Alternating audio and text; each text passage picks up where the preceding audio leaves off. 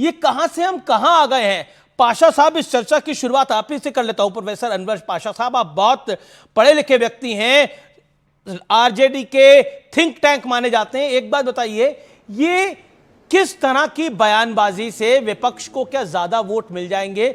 जो बयानबाजी चरणजीत चन्नी ने करी है और जो बयानबाजी कांग्रेस के नेता ने करी है महाराष्ट्र के। जी अमीश जी, आपको और तमाम व्यूवर्स को मेरा बहुत ही प्रणाम, आदाब।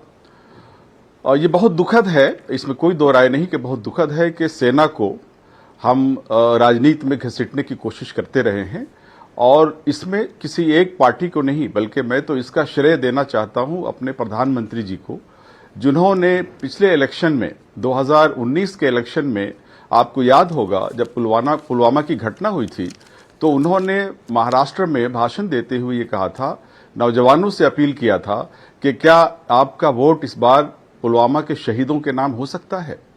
ये इस तरह की सियासत की शुरुआत हमारे प्रधानमंत्री जी ने की थी और जाहिर है कि इसी का असर है कि आज भी आपने देखा होगा कि गवर्नर, देखिए सवाल उठाना, सेना हमारे लिए बहुत ही सम्मानजनक है। सेना में कोई भी हमारा जो जवान शहीद होता है वो देश के लिए शहीद होता है, देश के लिए अपनी जान को कुर्बान करता कितना है। है मैं आपको एक उसकी बानगी बता देता हूं। चरणजीत सिंह चन्नी, फॉर्मर सीएम पंजाब, ये स्टंटबाजी हो रही है, हमले नहीं हो रहे हैं, आतंकी हमला स्टंटबाजी है। अब आप बताइए मुझे, विजय वडेट्टीवार एलओपी महाराष्ट्र सदन में कांग्रेस पार्टी के चेहरा जो महाराष्ट्र के हैं, हेमंत करकरे की जो हत्या करी वो एक आरएसएस के पुलिस वाले ने करी। हेमंत करकरे साहब की शहादत को मैं हत्या नहीं कहता, मैं शहादत कहता हूं उनको। आप उनके लिए हत्या का इस्तेमाल करें शब्द, मैंने नहीं हत्या का इस्तेमाल करा, मैंने नहीं हत्या का इस्तेमाल करा, मैं ये विजय वडेट्टीवार आपके सहयोगी पार्टी ने हत्या का इस्तेमाल किया।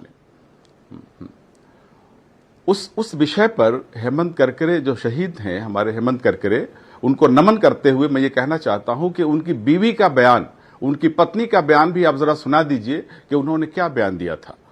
दूसरी बात यह कि पुलवामा पर हमारे जो गवर्नर हैं, पूर्व गवर्नर जम्मू कश्मीर के, उन्होंने जो बयान दिया है कि किस तरह से वहां पुलवामा में जो शहीदों की, जो हमारे जवानों की शहादत हुई, उसमें किसकी कमी थी, किसकी गलती थी। उनको प्लेन प्रोवाइड नहीं किया गया, उस रास्ते से ले जाया गया जो रास्ता बहुत ही खतरनाक रास्ता है और उसकी पहले से इंटेलिजेंस ने खबर दे दी थी कि इस रास्ते से इतने बड़े कन्वॉय का जाना, हमारे जवानों का जाना वो खतरनाक है। इसके बावजूद उनको नहीं प्रोवाइड किया गया, उनको हवाई जहाज नहीं प्रोवाइड किया गया। देखिए, कुछ फैक्चुअल बातें करनी चाहिए।